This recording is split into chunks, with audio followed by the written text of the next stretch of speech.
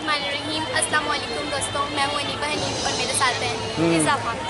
आज हम आपको एक बहुत ही अनोखा एक्सपेरिमेंट पेश करने जा रहे हैं जिसका नाम हमने आबे गुम रखा है। आबे गुम पानी यानी गुम हो जाता है जो हाँ। ये एक ऐसा सॉल्यूशन है जिसमें पानी स्टायरोफोम को अपने अंदर डिसॉल्व कर लेता है, उसे अपने अंदर गुम कर लेता है। इसी वजह से हमने इसका नाम आबे गुम रखा है। चले हम आपको इसको करके दिखाते हैं। हमने सबसे पहले पैट के बीच में थोड़ा सा आबे गुम ले लिया।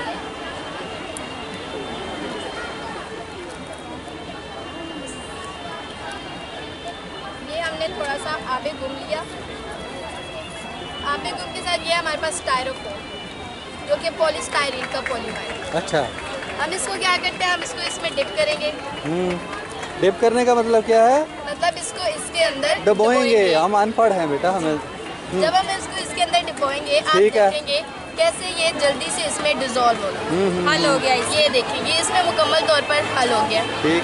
इसमें हमारे पास ये थोड़ा सा बचा है। क्या हुआ है हमारे पास, ये जो हमने जादुई महलूल इसमें डाला था, ठीक है। इसने ये जो हमारे पास स्टायरोफोम थी इसने इसको अपने अंदर डिसॉल्व कर लिया। क्या किया, इसके जो हल कर लिया यानी। जी ठीक है। इसके अंदर जो ये जो स्टायरोफोम होती है इसके पॉलीमर्स होते हैं जिनके साथ ये जुड़ा हुआ था, उनके अंदर उनकी बॉन्डिंग हुई होती है। उस बॉन्डिंग के अंदर हवा मौजूद होती है, जो कि ये जो हमने जादुई महलूल लिया है इसने इसकी बॉन्डिंग को तोड़ दिया। जब इसने इसकी बॉन्डिंग को तोड़ा है तो इसमें से हवा खारिज हो गई है। जब इसमें से हवा खारिज हुई है तो जो हमारा सब्सटेंस है वो श्रिंक हो गया, यानी उसका वॉल्यूम कम हो गया, सुकड़ गया। जी, सब्सटेंस वही रहा है लेकिन उसका सिर्फ वॉल्यूम कम हुआ है। अब अगर हम इसमें दोबारा से हवा भर दें तो क्या होगा, ये फिर से उसी फॉर्म फूल जाएगा। जी, फिर से उसी फॉर्म में आ जाएगा। इसको हम फिजिकल रिएक्शन कहते हैं। Silica reaction, physical reaction. देखने में ये हमें कीमियाई रिएक्शन लगता है लेकिन ये कीमियाई रिएक्शन नहीं है, ये फिजिकल रिएक्शन है। फिजिकल तभी अमल है। जी, ये एक ऐसा अमल है यानी इसमें सब्सटेंस वही रहता है, इसके अंदर चीज वही रहती है। इसके अंदर कार्बन और हाइड्रोजन होते हैं, ये दोनों वही रहते हैं लेकिन बस इसका इसकी जो फिजिकल स्टेट है वो चेंज हो जाती है। पहले ये जो होता है ये फिर हमारे जब हम इसको इसमें डिप करते हैं तो ये हमारे पास श्रिंक हो जाता है, इसका वॉल्यूम कम हो जाता है। इसलिए हमने इसको, ये हमारे पास फिजिकल रिएक्शन है जो कि केमिकल रिएक्शन नहीं है। क्या आप जानना चाहेंगे कि इसका नाम क्या है? हाँ जी, नाम बताओ। जो हमने ये इसके अंदर जो हमने जादुई महलूल डाला था वो जादुई महलूल हमारा क्या था? क्या आप में से कोई गेस कर सकेगा? ये हमारे पास जो हमारा ये जादुई महलूल था ये था एसीटोन। एसीटोन, जी, एसीटोन जो कि चीजों साफ भी करते हैं इससे।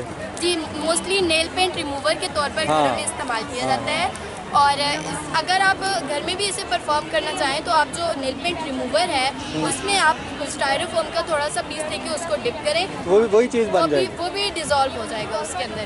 और उससे भी आप जो है इसको, ये जो एक्सपेरिमेंट है ये आप घर में भी इसको परफॉर्म कर सकते हैं आसान तरीके से। ये हम रिसाइकलिंग पर्पस के लिए इस्तेमाल करते हैं क्योंकि ये जो सी चीज़ है ये बहुत डेंजरस है। रिसाइकलिंग के लिए क्या मतलब? इसको दोबारा इस्तेमाल करने की 3 स्ट्रेटजीज के तौर पर, क्योंकि ये जो होता है अगर हम इसको नॉर्मली ज़मीन पे पड़े हुए भी आप इसको अगर तल्फ करना चाहें तो क्या होगा कि ये 500 साल लेगा तकरीबन। आज से लेकर 2516 साल तक हमें इसको रखना पड़ेगा, तब जाके ये मुकम्मल तौर पर तल्फ होगा। इसलिए हमने इसको तल्फ करने के लिए एक बहुत ही शॉर्ट मेथड ये प्रोवाइड किया है।